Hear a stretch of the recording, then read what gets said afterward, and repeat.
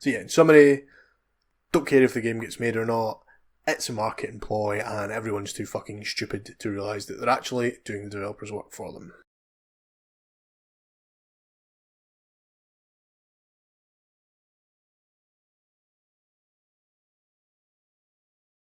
Hey folks, my name's Graham. I am a variety streamer over at twitch.tv/Graham Plays, and I also make YouTube videos where I talk about whatever in the gaming industry happens to catch my eye at that particular time. Usually something that I hope I can add a bit of value to the discussion about. Today, I want to talk about a game that has caused a lot of controversy in the industry in the last couple of weeks, I think. A game called 6 Days in Fallujah. Before we get into the discussion, let's run through a quick background about the game. It's called 6 Days in Fallujah because it is set during the Second Battle of Fallujah, which is a real battle, for anyone who's not aware, that actually did take place in 2004 during the Iraq War. It is, as we'll discuss a little bit, a particularly controversial battle in part of this obviously highly controversial war. It was one of the bloodiest battles of the Iraq War, and there are all sorts of other controversies that surround it, particularly regarding some of the tactics that were employed by US and Allied military forces during that battle, which led to significant loss of civilian life. So it's this really particularly controversial battle in a controversial war is the main takeaway.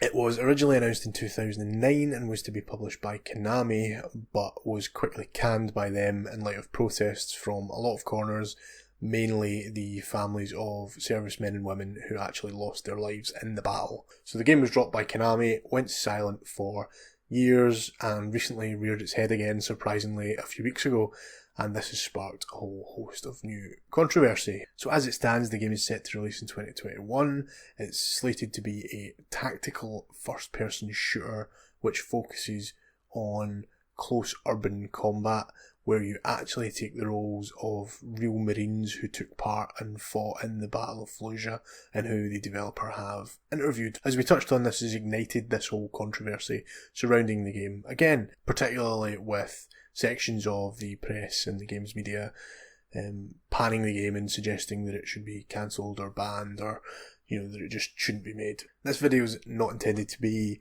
a history lesson, and as we'll come to the topic of my discussion, and the reason I want to talk about this is not to discuss the controversy or whether the game should or shouldn't be made, because quite frankly I don't care about that. I don't give a shit whether the game's made or not, so that discussion's not interesting to me. But there's another angle I want to take.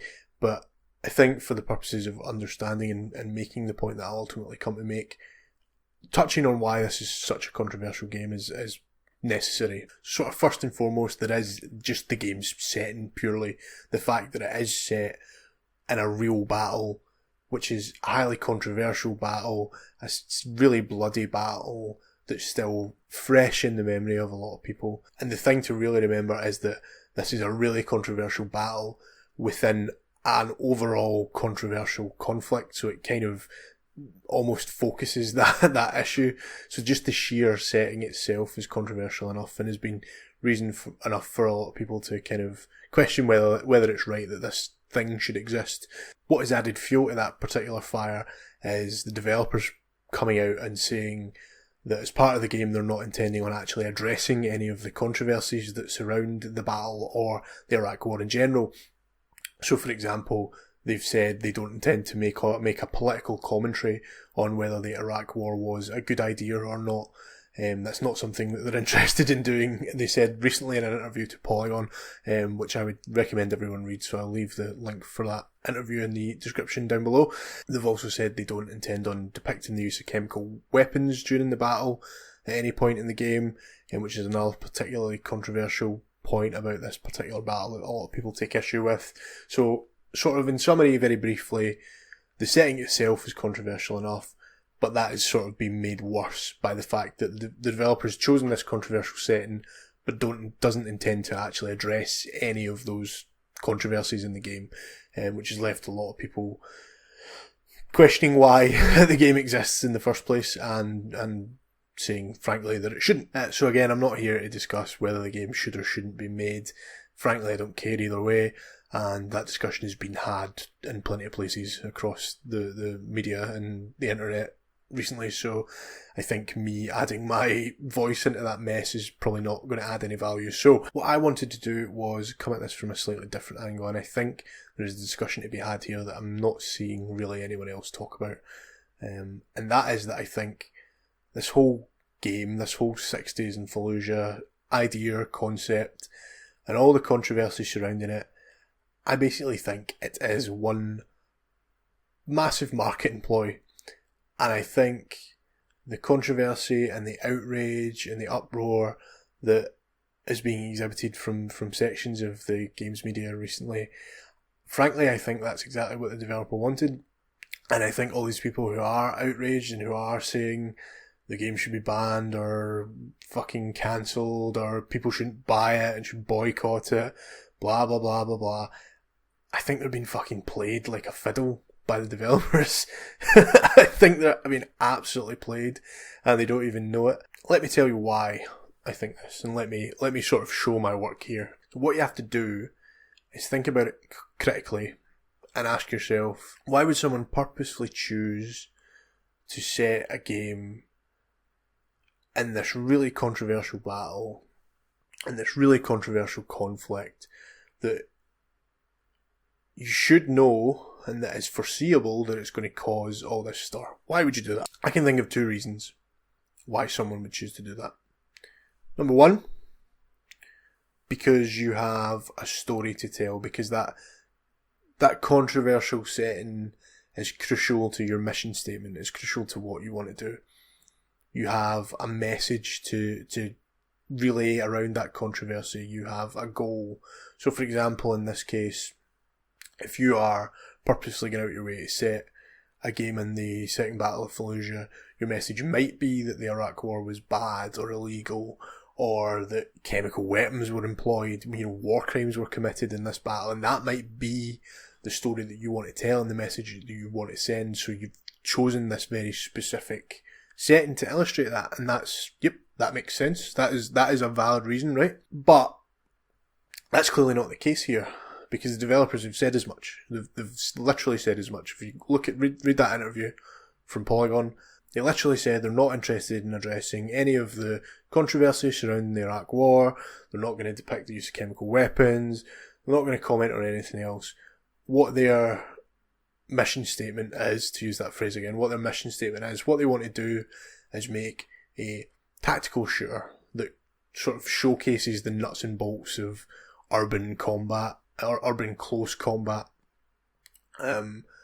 and puts the players in the shoes of these real Marines and shows what it's like to have to go building to building, clearing insurgents, blah blah blah. Like, all basically reads to me like they want to make a fucking Rainbow Six clone. It's kind of how I read it. They haven't chosen this particularly controversial setting, which they must have known was going to be controversial because it's crucial, right? So knowing that, the question you then have to ask yourself is, why would they give themselves all this trouble? Why would they give themselves all this hassle? Why would they very deliberately choose to set their game here and using real Marines? Why would they do all that if all they want to do is make a Rainbow Six type tactical shooter, right? Why do that? You could achieve your goal there. If you want to make a Rainbow Six type game, you could achieve that. You could achieve your goal by setting the game anywhere in some fictional setting, some fictional city, using fictional Marines. You could call it fucking gun war and be done with it, and you could make a very competent tactical shooter, and that's what you set out to do, so mission achieved. And you've not had to deal with all this grief. So why would you choose to set the game here and give yourself all that hassle? Anybody have a guess? I'll wait. Leave a comment below. Guess. See if you get it right. Just for fun. The answer is because the first person shooter genre is saturated as fuck. And you need something to set yourself apart from everyone else in the genre. Think about it for a second, right? Like, just take Call of Duty. Take Call of Duty on its own. Think about how much over the years Call of Duty struggled to keep things fresh and struggled to keep things interesting and struggled to not just shit out another like modern warfare game. Think of all the things they've added, like jetpacks and wall running and fucking special abilities and going to space and just all sorts of garbage that they've added over the years, because your sort of modern day military shooter is so played out, it's so fucking played out. Battlefield, take Battlefield for example, they haven't made just a straight up modern military shooter for fucking years because it's so played out and they're so terrified to go back to that in case it fucking flops. So think about what it must be like to try and make one of those games a modern tactical military shooter.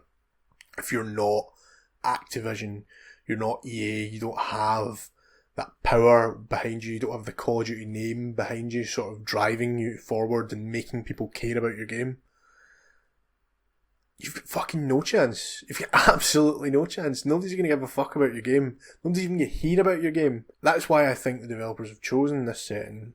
And that is why I think what is happening now is exactly their fucking plan.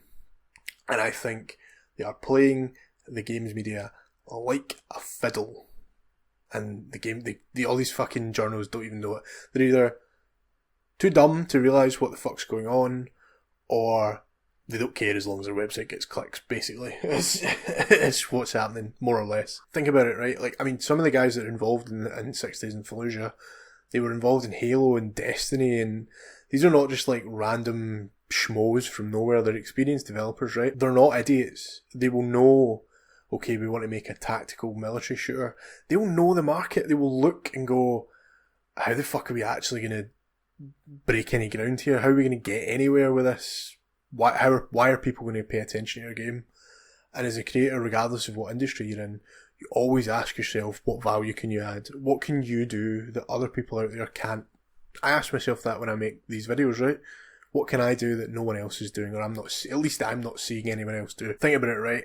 How many more people are talking about this game now because of the setting and because that they've chosen this particular setup for the game than would be normally? Imagine they'd called this game fucking Gun War and just it was set in some fictional place with some generic fictional marine looking guys as the player character in your sort of squad. Nobody would be paying any attention to this fucking game. But they've set it in this controversial setting. They've even then fucking added flame to the fire by fucking coming out and saying, oh yeah, we're actually not interested in addressing any of that controversy. And it's fucking spread like wildfire. Everyone is talking about this. Everyone's in outrage. I don't care what anyone says. There's no such thing as bad press. If people are talking about your game or your product or your brand, whatever it is, if people are talking about it, whether it's good or bad, it's better than nothing. It's better than nobody fucking knowing who you are or nobody knowing what your game is. So how many more people are talking about this game now versus how many people would be actually talking about it if it was just super generic? And extrapolate that further, how many people are now going to play the game and buy the game who literally wouldn't have even heard of it before because of all this? Like, how many people have heard the controversy and whilst they might even be outwardly sort of outraged about it, inwardly they're intrigued and they want to fucking play the game. They're going to have to play the game just to see how it all plays out. How many people do you think aren't actually that interested in the controversy, but have only actually heard about the game because of all the press it's been getting, because of the controversy, and now are actually thinking, oh, this game sounds quite good, I might actually play it? Who just, again, if it was called something fucking super generic, completely fictional, wouldn't even got any of the coverage that it's been getting, nobody would care about it, and it would have just been fucking DOA, basically. It's not fucking rocket science. Like, it's not hard to see. People in these kind of businesses don't make decisions such as where their game's going to be set lightly. They don't do it without thinking about it. So you always have to ask yourself why they've actually done this. Why have they done it? And if it's not because the setting itself is like crucial to the story that they're trying to tell or their message, it's fucking marketing. It's fucking marketing, because other than the setting, there is absolutely nothing that sets this game apart from every other modern military first-person shooter out there. And even worse than that, it doesn't have a name like Call of Duty or Battlefield that it can sort of live on, that it can fucking dine out on. And it doesn't have an Activision behind it with 1 million billion marketing dollars to fucking chuck at it. So it needs a hook. It needs something to get people interested.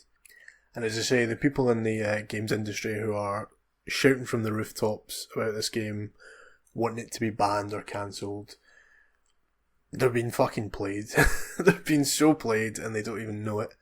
And I guess my overall takeaway from this is, if you are someone who works at a major publication, who has like a Twitter following, you're a streamer, you're a YouTuber, whatever you are, if you're someone who has like a following, maybe just like stop and think about the effect your actions are going to have and whether that effect is actually the one that you want them to have. And I think if you did that, you'd probably realise that the developers fucking playing you like a fiddle, and you probably realise that if you really want this game to be cancelled or to not come out, don't fucking cover it. Don't give it the time of day. Don't spread the story about it. Just fucking suffocate it. Just smother it, basically. Let it die. So yeah, in summary, don't care if the game gets made or not. It's a marketing ploy and everyone's too fucking stupid to realise that they're actually doing the developers' work for them. Well folks, that's me for another week. Thank you for watching. Please don't forget to like and subscribe. If you have any questions, leave a comment below. Or you can catch me live every Monday, Wednesday and Friday over at twitch.tv/GrahamPlays. You can follow me on Twitter at GrahamPlays.